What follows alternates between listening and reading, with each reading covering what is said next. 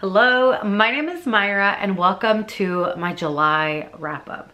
So in the month of July, I think I actually read the most amount of books that I have in a month so far this year, which was actually on purpose. So I went to See Me Lit, which is a romance book convention that takes place here in California. I was focused on reading specifically authors that were going to be at this signing, authors whose work I had never read before, just so that I can kind of make the most of my experience. So pretty much all of my free time that I had in July, I devoted it to either be listening to a book or be reading a book, whether Kindle, paperback, whichever. I'm gonna go ahead and jump in to the books that I read this month and just kind of give you a brief synopsis. So in total, I read 14 books, which again, for me, that's a lot, okay? That is a lot of books. And most of them were audiobooks. I had 9 audiobooks, 3 that were ebooks, and 2 that were on print. And if I'm looking down, it's because I'm looking at my reading journal because I have the memory. What's that bug that has a really bad memory? See, there you go. That's an example. I don't know. Anyway, first things first. Okay, so I went ahead and started the month with For Butter or Worse by Aaron LaRosa. Heroine is a famous chef, and he actually is the son of a famous like restaurateur. So I don't know about you guys, but I love watching cooking competitions on TV. I love watching Chopped, for example, Iron Chef. I see a lot of cooking competitions too on Netflix for either like cake-offs and stuff like that. So this is basically like taking the story of these 2 judges that you're seeing in this competition, and they're very much enemies. He is just kind of known as being the son of this guy who has restaurants, but his dad is not even really considered a chef, so he feels really intimidated by her. He's been the reason for her to get a lot of backlash on social media and get bullied. So I'll be really honest, I was not really liking him, especially throughout the beginning of the book, because I was like, you are an insecure jerk who is ganging up on this woman who is successful, and you're only doing it because you're intimidated by her success. So I did not like that from him very much. She decides to quit the show that they're in, right? This cooking competition. And when that happens, he ends up finding out, listen, if she's not gonna be a hostess, like, we're gonna drop you too, and we'll just bring in some new hosts for the show. And so he's like, no, I need to try to convince her to come back. I need to apologize. Maybe I was a jerk, blah, blah, blah. I mean, I was like, maybe, like, yeah, you definitely were. Anyway, so he tries to, you know, apologize and talk to her to see if they can come up with something, if he can try to convince her to come back to the show. And they end up getting caught in this compromising position where the paparazzi kind of makes it seem like, oh, they're dating. And their publicists agree for both of them that it's in their best interest to pretend to date. And so they start fake dating, but again, they're very much enemies. She does not like him, and I don't blame her. I didn't like him either at the beginning. And so they have to, you know, do all these things. They have to make sure that they're seen in public because again, they want paparazzi to take pictures of them, and they want to have that popularity to help both of their restaurants, because actually, although they are these hosts of this show, their restaurants are both doing not so good. What I do like about this book is that it does have really great representation. The hero, he struggles with like anxiety and panic attacks. So I definitely really enjoyed that. And I don't really love when there is a lot of real world things mentioned. Like for example, Instagram is mentioned a lot in this book, and that's just not my favorite. I would recommend it if you like cooking shows and stuff like that. I think you'll really enjoy it. After that, I read You Again by Kate Goldbeck. This was a book that honestly I had on my TBR, I think since like last fall, because if you look at this cover, like that screams fall. So our heroine does not believe in monogamous relationships. She just wants to have fun, sometimes with one person, sometimes with multiple people. But she is a very lighthearted, go with the flow type of person, whereas our hero is very much, you know, trying to be put together all the time. He's very like type A. He wants to be in a committed relationship. He wants nothing more than to be in love and in this solid monogamous relationship. Now these two have the opposite of a meet cute. She happens to stop him in the street, and they have this really bad exchange with each other. There's a knock on her door, and who walks in but this dude that she had this awkward run-in, and she finds out that this guy is actually dating her roommate. And she had no idea about this guy. She didn't even know that her roommate was dating somebody, and he is here with like his whole chef bag. He's ready to cook her friend a whole meal, and she's like, wow, this guy is like really trying a lot. Now throughout the book, there's a lot of different time jumps, so they do end up running into each other at different times. They eventually become unexpected friends. She's doing all these things that I guess would be considered couple things, but they're just friends. And of course, feelings do start to develop. She's like, nope, not gonna do this, I'm not gonna do it. So I did like that, because heroines are written in the sense that they are the ones that want a committed relationship. And that's not always the case. I remember once upon a time, I was a big commitment phobe. Not commitment phobe, but the thought of being in a relationship gave me a little bit of anxiety. But that's not the case anymore. So I related to that. I totally understood that. The time jumps did get a little bit like, okay, when are we gonna settle? Like, how many time jumps is there gonna be? But overall, enjoyed the story. Next on my list, I have a book that I have right here, and that is Reckless. Now, if you don't know what Reckless is, this is a sequel for Powerless by Lauren Roberts, and it is a romantasy. It's a YA romantasy. It's very Hunger Games-esque, but it's also very different. And a lot of things go down in that book, but this one picks up right where that book left off. Now, I will say, I liked the first book. The second book, not better than the first one. I still enjoyed it. I read it pretty fast. I want to say I read it in like a day and a half, but in this one, there's not a lot of plot that happens. Like, not a lot of things really happen. There is some more character development, I would definitely say, on like Kai's perspective, but not a lot happens. So I definitely expected a little bit more action, higher stakes, things like that, especially considering how the first book was. It was good, it was sweet, there was a lot of really great moments, but not a lot happened. But I'm still gonna be reading the third and final book in this series. For my fourth book, I went ahead and read Business or Pleasure by Rachel Lynn Solomon. So this book was about a ghostwriter, and she is at this book signing for this author who she ghostwrited for, and this author does not even remember her.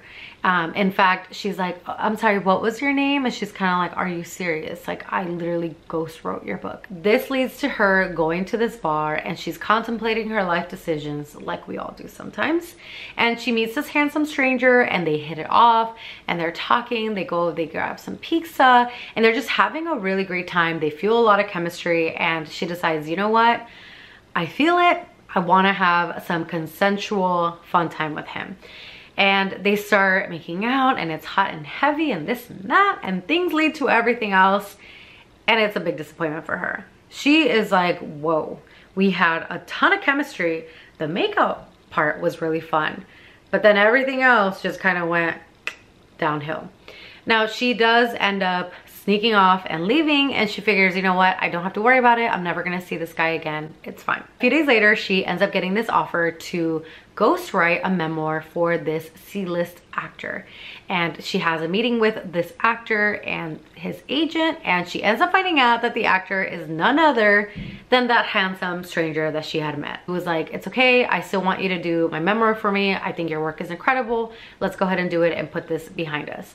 And so they do. They start to spend time with each other. She's traveling to all these different like Comic-Con type appearances that he's making, and of course the conversation pops up about the night that they had, and he just mentions about the fact that it was like this incredible night, and she can't lie to him. She's like, actually, that was not, like, you and I had very different experiences. And he's completely shocked. He's like, what do you mean? Like, we had different experiences? And she basically tells him, listen, I did not have as great of a time as you think that I did.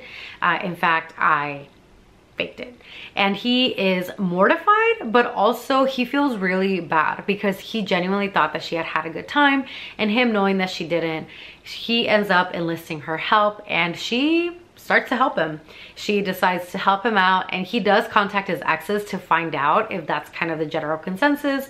And it turns out that yes, a lot of his exes were not really happy in those scenarios. And so as she's like spending time with him and she's ghostwriting his memoir and also on the side teaching him about, you know, foreplay and things like that, they start, you know, figuring things out and they are just having a great time. And of course, feelings are developing, and it was all around a great book. For my 5th book, I went ahead and read Dawn of Flames by Tessa Hale.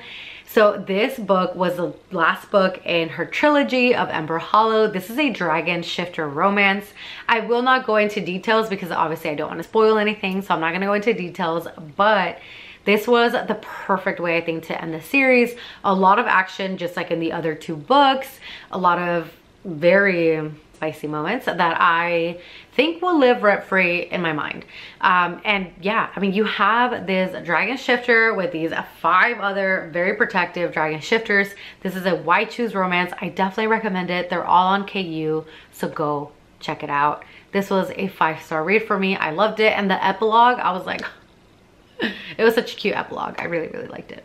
My 6th book is for all of my Hannah Montana fans, aka me as well. And this is When in Rome by Sarah Adams. So if you liked or watched Hannah Montana, specifically Hannah Montana the movie, you remember that her dad ends up taking her back to their small town to try to remind her of her roots and where she came from. This is a little bit similar, except she's burnt out. So she is about to go on this huge tour. She's this big pop star and she's like, I need some space because I've forgotten why I love singing. And so she doesn't tell anyone, she doesn't tell her agent, she doesn't tell anyone, ends up driving to Rome, Kentucky, and her car breaks down at night when she is almost there. And she decides, you know what, I'm just gonna sleep here in my car and figure things out in the morning. And she is awakened by this handsome stranger knocking on her window asking if she needs help. She's, of course, this woman who is alone in her car. She has no idea where she is. And she's like, nope, I'm not gonna open the door. I'm not gonna let you help me. But he gets this woman to like vouch for him on the phone. And she ends up finding out that her car literally died in the front of his house, like in his front yard. And she's like, oh, that's why you're helping me, because I'm literally in front of your house. So she ends up getting some help with him, and she doesn't have really anywhere to go because the only inn that there is in this small town is completely booked, but he has an extra bedroom, and so she ends up staying there for a few days while they fix her car. In this time, she gets really warmed up to like the town. A lot of the people are treating her like a human being. They're not treating her like the big pop star that she is. And she ends up really connecting with these people. She starts to feel more like herself again. And of course, she's spending time with this grump who knows who she is, but he's also like, I am not impressed. He is a little bit scarred too because he has dated someone who the small town life wasn't for them. And so he's kind of like, listen, even if I'm attracted to her, I'm not even gonna go there with her. Like, she can stay here until things get fixed, and other than that, I'm not gonna worry about it. And that's all I'm gonna say about the book, but honestly, I really, really enjoyed this book. I really liked it. Heavy on the Hannah Montana vibes. So if that was you, read this book. You'll really like it. My 7th book was I'm Not Supposed to Be in the Dark by Reese M. Nielsen. This is a YA fantasy book. Well, I won't even say fantasy. I think it's more paranormal. In this book, our heroine can see spirits. And her family, since she was fairly young, has been having her drinking this tea every single night without fail to avoid the spiritual world making connections with her. She's had this boy that has lived across from her, and they were best friends, but they had a falling out a few years ago, and they're not best friends anymore. Now they are in high school, and of course they see each other all the time, but she does start to notice that even though they don't talk to each other anymore, he's been acting weird. She's been seeing that he leaves in the middle of the night, and he's just not really acting like himself. As time goes on, she does end up finding out that this friend of hers, or ex-best friend, is actually possessed by a ghost. And this ghost essentially tells her, listen, you either help me or I am going to unalive your friend. This was crazy. It was a really fun YA book. A lot of mystery, a lot of like angst, a lot of those questions that you ask yourself when you're a teenager and you're trying to figure things out. And she's also trying to figure out what her family is holding from her, because she knows that there's more to her powers and to her abilities than her family is letting on. There's a lot of adventure, a lot of mystery. So if you like paranormal and if that's your vibe, check it out. Then I went ahead and read Living Legend by Ali Shante. This is a special edition cover. I read it on KU and I loved it. This is an angel and demon romance. He's the angel, she's the demon. She's actually in purgatory. She is one of like the main heads there, behind Lilith, of course. And Nick is actually an angel. So he is, you know, he has different duties that he has in heaven. And one day she ends up getting summoned to come to Heaven's Gate and basically help them with something. She has no idea with what, but they do end up letting her know that it was an issue with a portal, and they do use portals to go between realms, and it happened to be a demon who was able to get into heaven. And they don't know how that happened, and so they basically force her to work with them. And of course, they don't like each other, they don't trust each other. Angels and demons are very different, but she is like so funny. She's always like hitting on Nick and flirting with Nick and trying to make him uncomfortable and get a rise out of him. And let me tell you guys, I thought, I'm like, you know, angels, like they're gonna be so innocent, they're gonna be this is not like whatever you think an angel is. This is not like that. You have a lot of mystery that goes on here because they are forced to work together. They're trying to find out what's going on with the portals, how this demon even made it through, and who is good and who is bad. And trust me, you're gonna be like, wait, who's good? Who's bad? Who's the person that did this? Who's the person? Like, it's this whole thing. There is a second book called Legendary following this one, and then there's going to be a third book that comes out. So I would definitely say start off with Living Legend and go on from there. You're not gonna regret it. And the spice was spicing on here. It was chef's kiss. And also Ali Shante, such a sweetheart. So there you go. For this book, it took me by surprise. It is Forget Me Not by QB Tyler. And this is why it took me by surprise. There is cheating in this book, and I had heard about it. And if you are like, if you don't like the cheating trope, I don't either. I do not believe in cheating in the real world specifically, but also in my fictional world. If it's a couple, like for me, just cheating doesn't make any sense. It's like, why cheat? Just be single, you know? Anyway, that's just my logic. But in books, I would not want to read that because to me, it just doesn't make sense to be with someone who cheats in real life. And so this book has cheating, but. It is not an affair. I'll say that. It is not an affair. It is something that happens, and the way that it happens to me made it okay. Not the act, but the marriage and trouble and all of that, like it made it make sense.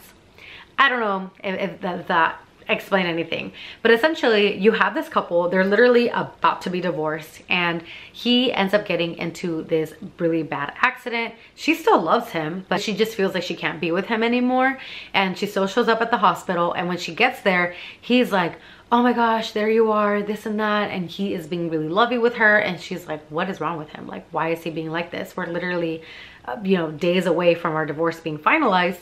And they end up finding out that he has amnesia. So he thinks that it is 2 years in the past, and they've only filed for divorce 6 months prior. So in his mind, they are happily in love. Nothing has happened. He's absolutely devastated. Now, the doctor does encourage for him to live with her because that's really his last memory, that's his normal, and they think that that's going to help him trigger those memories and remember, you know, who he is. But of course, him being around her, it's really hard for him because in his mind, they love each other. They're completely in love with each other, and a huge love language thing for them was physical touch. It was their sexual relationship. And so it's really hard for him to not be able to like hold her hand or caress her or kiss her or, you know, sleep next to her, because that's just something that he's not used to. And so you have this whole thing going back and forth in the book, and she's thinking like he's his old self, but also I don't know that I can do this. And there is also a lot that happened in those 2 years that she has to catch him up on. And so she's like, how am I gonna be vulnerable and tell him these things that he doesn't remember that happened? So it was a ride. And again, normally cheating for me, I would not like it, and I still don't like it. I do not condone it, but this was different. So I would say give it a try. Don't be scared. For my sports romance lovers, I went ahead and listened to Long Shot by Kennedy Ryan. I am just going to tell you, check your triggers. 100% check your triggers, because there is a lot of domestic abuse and also some sexual abuse in this book. It is the most graphic book, or at least graphic description of it. Very real, very graphic. The book starts off with this heroine who meets this stranger at this bar, and they connect over basketball. Now she knows that he is a college basketball player and he wants to take her out, but she tells him, oh, actually, like, I have a boyfriend, so that's not gonna work. Now, in one of his very last games for his college season, he ends up seeing her at the game, and he ends up finding out that she is dating his rival. Like, this guy and him go way back, and not in a good way. They absolutely loathe each other. The media knows that they hate each other, and that's basically like a very well-known thing. This girl is, you know, she's dating this basketball player, and they run into each other, and he's kind of like, I can't believe that this girl is dating this guy. Like, based on what his knowledge about this guy, he's like, she could do way better. This guy is not a great guy, but you know what? To each their own. If they're dating, then they're dating. That's all there is to say to it. Now, she wants to be into the sports marketing industry, and she goes and she gets this interview, and she's really, really excited about it. But very early on, you start seeing that this boyfriend that she's dating is pretty controlling. And then she ends up getting pregnant, and she is like, my life is over. Because she did not want to have babies yet. She was ready to go into her career, but now she's having his baby, and she's like, what is my life now? Like, this is very different. Now, because she ends up having his baby and they do live together, he starts to become really controlling. He has most of the control in this relationship, and that is where everything starts to happen. So many things happen. It is so sad, so violent. Again, check your triggers. It is a story about survival and pushing through, and her having to be strong and having to fight her way into freedom. And just, it's scary. Honestly, it was so scary because it is so real. The way, like, Kennedy Ryan did such a great job with this story and showing it in a very real way that makes it so scary. How somebody that you can date can just completely do a 360. And not only that, but also like some of the warning signs that were in the beginning that you might miss and you might not really think are big things, but later on can become like kind of spiral and become really big things. And also the vulnerability that there is when there is such a huge power dynamic where you have one person who's has this media presence, who has all this money, and how much control they can have over someone who is not in that same position. So I would recommend this book. However, please check your triggers. Like, check your triggers, because I had to like pause it and stop listening to it in parts and take a few deep breaths because it was a lot. It was a lot. So just take that with you. Next, I needed something light, something very light, and I listened to Soulmates by Susan Lee. Susan Lee, I just saw her at SimiLitCon, such a sweetheart. She's so funny. Oh my gosh, she's hilarious.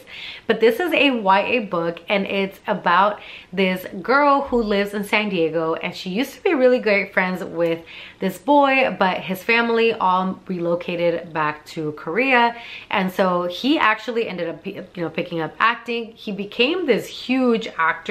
His dad did pass away, so he feels like he's the only one who is like financially providing for his family, but he's literally 18 years old. Like, he's a teenager, and his family or his mom ends up deciding, you know what, we're gonna go back to San Diego where we're from, and we're gonna spend time with my best friend who happens to be the heroine's mom, and we are gonna be staying with them for the summer, and you're gonna have a great time and just forget about your role over here in Korea being this huge actor. They start to reconnect. She is pretty upset with him because she pretty much remembers that he didn't really talk with her, like they haven't really talked to each other in a few years, and now they each look different. So they're a lot more grown since the last time that they saw each other. He's slightly attracted to her. She's a little bit like, oh, when did he kind of become more like a boy, like a man, than just this like boy.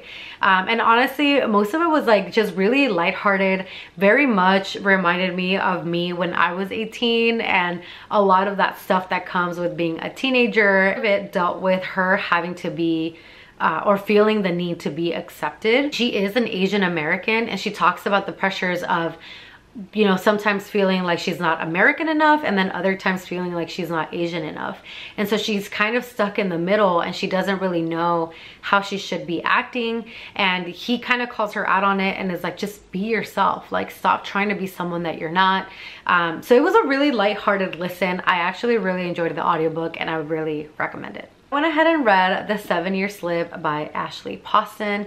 This book, I love it. I had heard nothing but great things. If anything, this book I think won the 2023 romance category award, if I'm not mistaken. I know it won some sort of award, but yes, definitely well deserved. I really liked it. If you don't know, it's about a woman who inherits her late aunt's magical apartment, and she doesn't, like, she knows what happens in this apartment because her aunt had told her. Did she really believe it? She's not really sure. But when she inherits this apartment, she ends up moving in, and one day ends up meeting this guy who is living there, but he is 7 years in the past.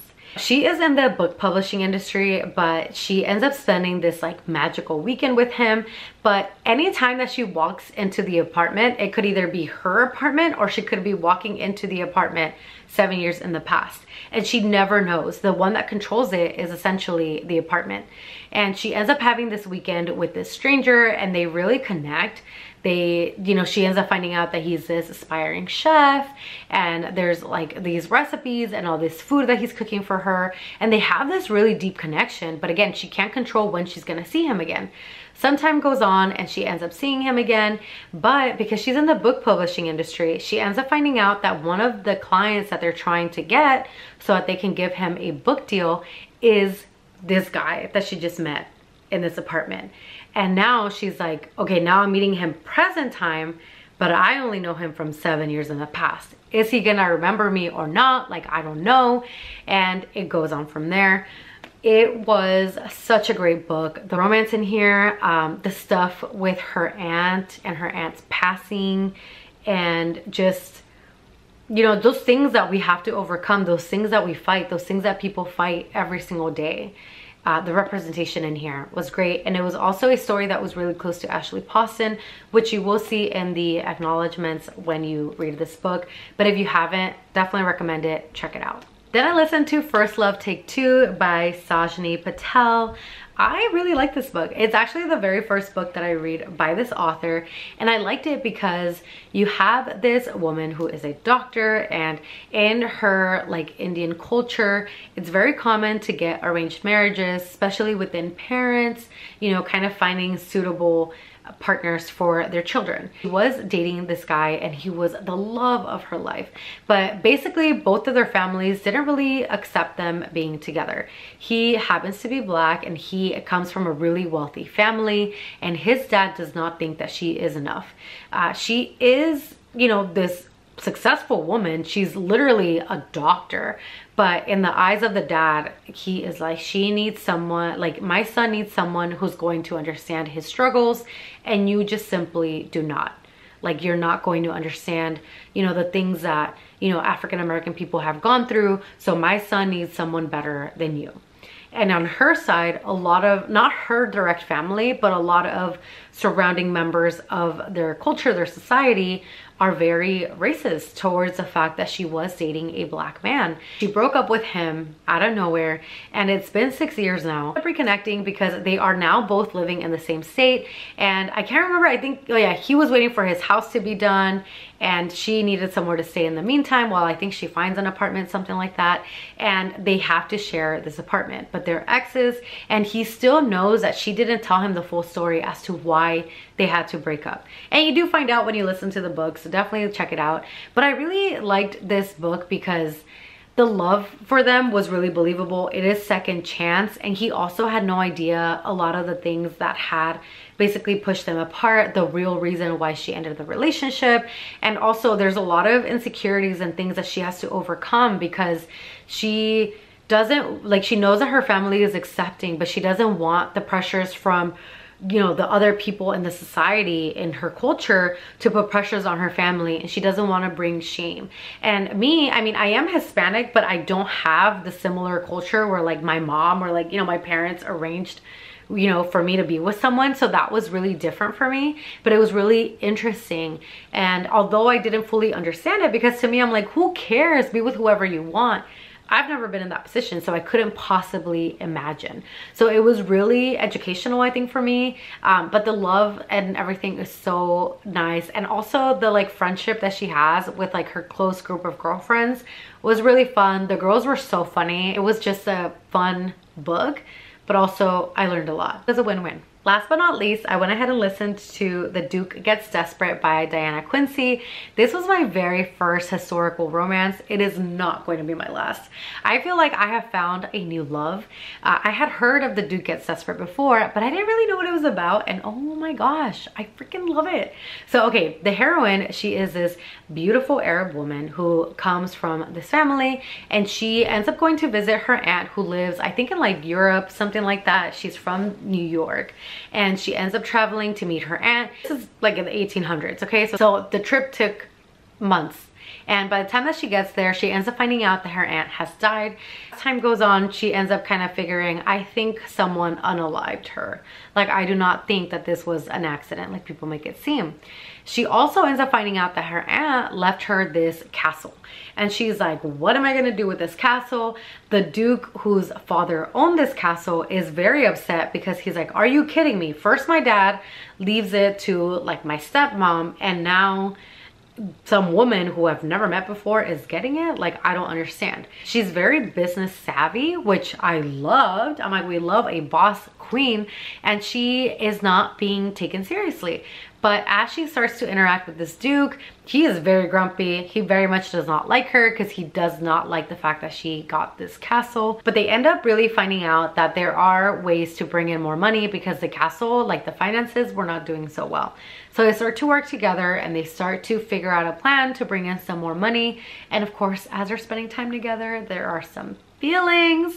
There is, you know what, for a historical romance, I was like, dang, like, pretty spicy. But I really like the fact that she was so business savvy, and one of the biggest things that he was attracted to was her mind. The fact that she was so passionate about business, about, you know, being creative and bringing in more money. He was like, wow, that is so attractive. It was nice to be like, wow, this guy is like really attracted to her mind, you know, not just her looks. So that was a really fun experience for me. So honestly, if you have not read a historical, don't knock it till you try it. I listened to The Duke Gets Desperate, and I think it was like 9 hours, and the audiobook was good because they have an accent. He has an accent because he is from, again, I think it's like England or something, and she has an American accent, but it was so good. Such a good book. Those were the 14 books that I read in July. I know that this is a much longer wrap up, but I was really trying my best to keep it as short as possible. Let me know what books you read in July. Let me know if any of these sounded interesting and if you will be checking them out yourself. But as always, thank you so much for taking the time to watch this video, and I will see you all in the next one. Bye.